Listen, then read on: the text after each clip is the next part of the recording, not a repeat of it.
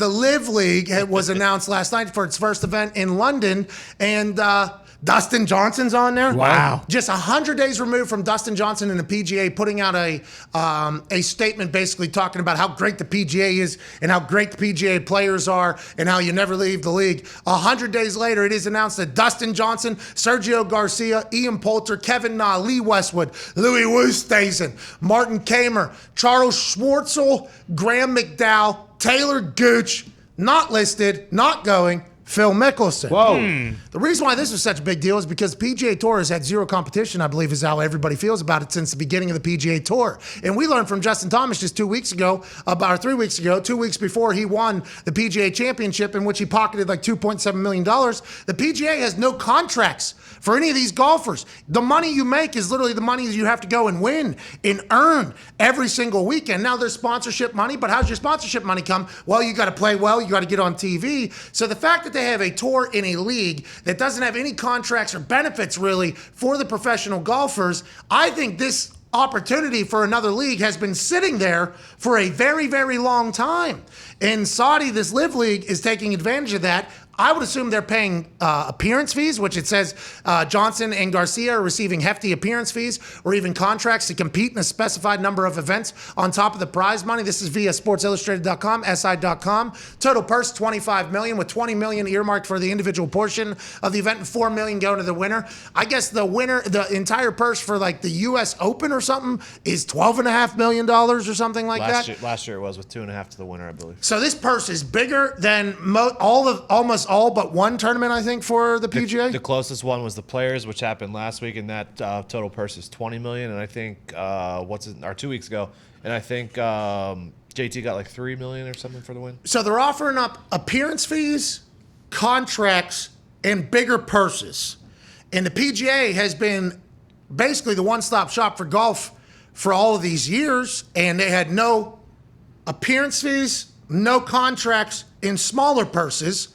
If you think business just natural, you would assume that this would have happened a long time ago. This feels like the first legitimate one, and maybe there's been other attempts at another league. Joining us now, the second Rappaport of this, two Rappaports and a wide Top Gun Wednesday, PGA Tour insider for Golf Digest, Northwestern alumni, ladies and gentlemen, Dan Rappaport.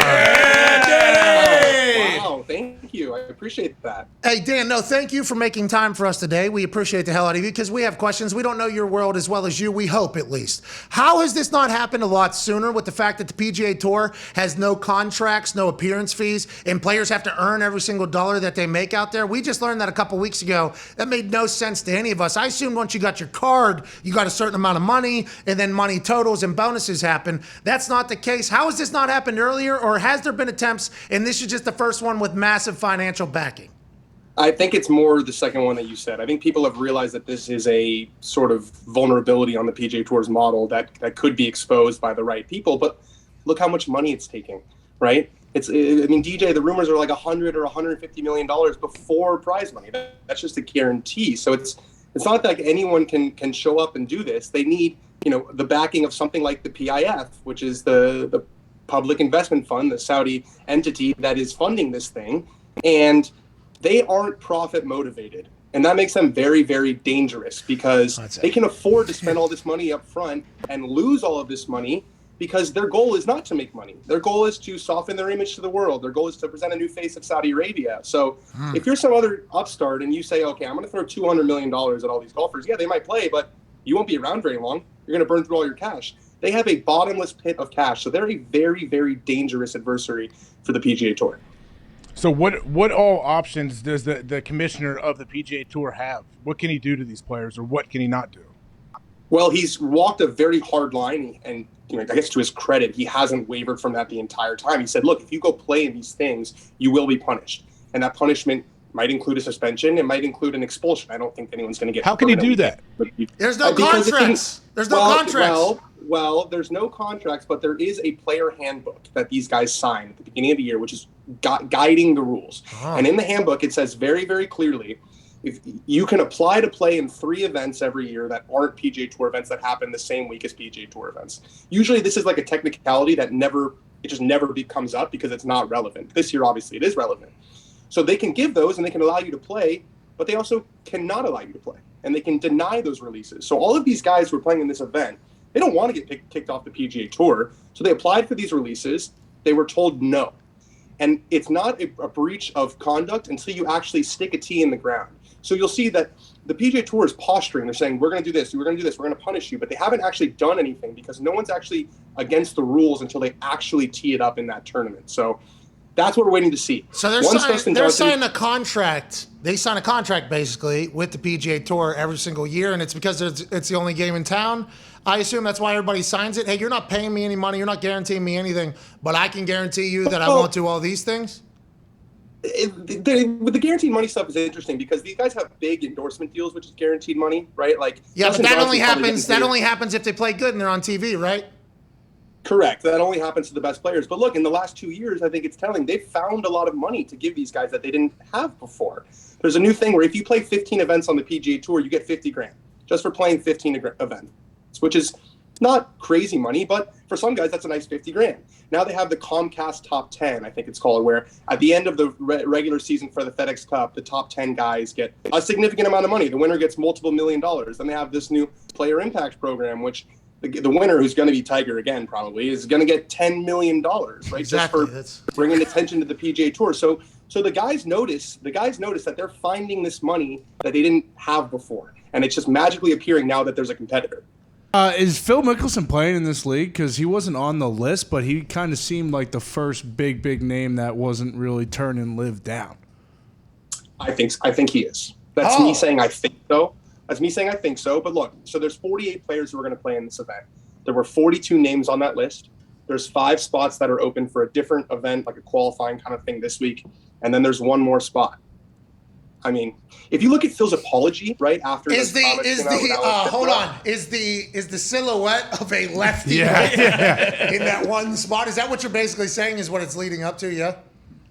I would be surprised if it wasn't Phil. I mean, look at his apology after that interview came out. It was like he was apologizing to the Saudis more than the PGA Tour. He apologized to LIV Golf Investments. He didn't use the PGA Tour by name. He gave that statement through his representatives a couple of weeks ago where they said, Phil has applied for a release. He's never backed down on this. He was involved in founding it. I mean, he really believes in it. I would be really surprised if maybe he wouldn't play in this one, but he's playing in this thing. He's not just going to back. Golf is more popular than ever, I believe, right now, and it might just be because everybody I'm around is playing a lot of it. But with the match happening today, and I assume, more people getting into golf than ever before, I think COVID also kind of helped spur this because it was something people could do in their house, but also being outside while not being around a lot of people is something that is desirable. I think more people have found. I assume that LIV is just the beginning of this. Yeah. There's going to be others, right? They already know the price. They just found out. They just found out what the price. Yeah. $125 million got you Dustin Johnson, $25 million entire prize pool for your first one, $4 million. It's already been laid out. Hey, here's a price that has already got the PGA. There's no deal, right, with any of these players directly with. Could Dustin Johnson go play in another league, you think? Yeah. And I think LIV would that's one of their selling points is LIV is not asking you to commit to LIV. They're not saying, oh, you come play in LIV and you can't play anything else. They're saying we're giving you an opportunity to play for more money than you're playing for. And if you want to go play in, Podunk, Iowa in the PGA Tour next week, or if it's a big event,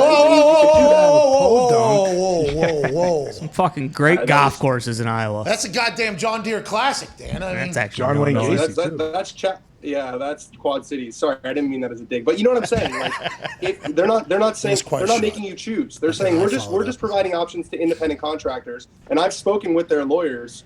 They are chomping at the bit. They think that they're in the right here, and the PGA Tour thinks they're in the right as well. So this thing is going to court. You bet your ass. The majors aren't the PGA Tour. They're not the same thing. I know a lot of people have a hard time wrapping their head around that, but they're separate entities. And their mission is not to promote the PGA Tour. Their mission is to be the biggest golf tournaments in the world. And so if some of the best players aren't playing on the PGA Tour, they're going to have to change their rules. It's just that simple. So the PGA Tour isn't even paying these players whenever they win. It's every golf course and tournament that's paying them.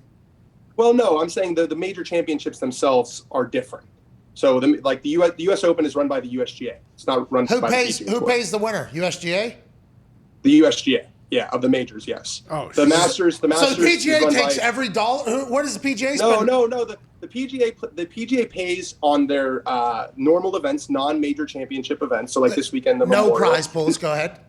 Well, I mean, there is a prize pool, But then the PGA pays those bonuses, which are significant, like the Player Impact Program and like the FedEx Cup. That all comes from the PGA Tour. So the PGA Tour is like, Patrick Cantlay last year, I think he won the most because he won the FedEx.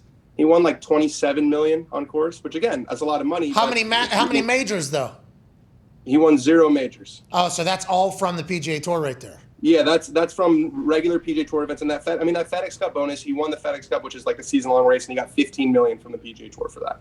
But if you're a player in that league, and I'm just starting to think as somebody that would be in that league thinking, the amount of eyes on golf for 3 straight days, basically for most people, the amount of sponsorship money, the amount of partnerships that you have, everything, and they don't even have to pay out the biggest prize pools. You could see how these players would be like, fuck these people. Yeah. I could see how that. How has that not happened before? Will continue to be my question. That LIV is the first one, and I guess. Just a minute.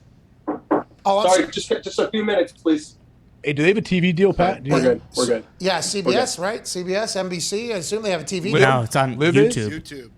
LIV? Yeah, no, they don't have a TV deal. They don't have a TV deal because the PGA Tour has like long-standing relationships with CBS and NBC, and ESPN just signed this massive deal with the PGA Tour to take over what's it called? PGA Tour Live, which is like the early round coverage before it goes on TV. So the PGA Tour really did ink a really important TV deal a couple of years ago that went into effect, and they kind of locked that in before this happened. So these players have to hate the PGA Tour. They have to hate them, Dan. Have to. Some of them obviously are not happy. But there's a big divide on the PGA Tour. When you guys think about the PGA Tour, you think of DJ, you think of Brooks, you think of Rory. But for every one of those guys, there's Lonto Griffin, and there's Matt Neesmith, and there's Sahith Theegala. These guys that you don't hear about, but that's more of the PGA Tour. Yeah, and the PGA says we ain't giving you shit. They say we ain't giving you anything. You're gonna have to go literally go earn it. Those guys can go play in a 48 house field yourself. event too. What's that, AJ? I'm sorry. Sorry, my bad. But those guys, think about that. The prize pool is 25 mil, and there's only 48 people in the event. There's so much more money to have and so much less competition. Last place in these events is going to be around 120 grand. I mean, that's and all there's you a need lot to know. of guys. There's a lot of guys on this list who play on the Asian Tour or the Sunshine Tour, and they would legitimately need to win like 4 events in a row to make 120 grand. So for those guys, it's a absolute fucking no-brainer. Yes. Like no-brainer. Well, and if you're getting $125 million guaranteed and you're Dustin Johnson, it's like, listen, I wish it wasn't how it was coming. I wish it was different, which might happen, by the way. This might open me learning about how the PGA has spent no money, basically. It's an incredible business. It's an incredible business, what they've been able to do to get, it's just like the NCAA was for a long, long time, to get all the people that are doing it, basically, hey, now granted, there's bonuses. You told me that $27 million on one guy. There's bonuses, and part of the prize money is from the PGA Tour for sure. That's but the deals, the TV deals, the partnerships, the sponsorships, it is. The tickets, right? No, the tickets probably the majors go to those people. Yeah. Anyways, Tiger, this is wild to me. This is a pretty pivotal time in golf, it feels like, Dan. Oh, well, I feel really, really lucky to be. I mean, that sounds self-serving, but yes, it is a very crazy, dramatic time. I have people texting me who couldn't give less of a fuck about golf, and now they're like, what's going on? Is still going? It's still going? I mean, it's dramatic. It's really dramatic. But it changes the course of everything almost for the future, right? It's once-in-a-generation stuff. It happened 27 years ago. The PGA Tour escaped mostly unscathed, and we'll see what happens here.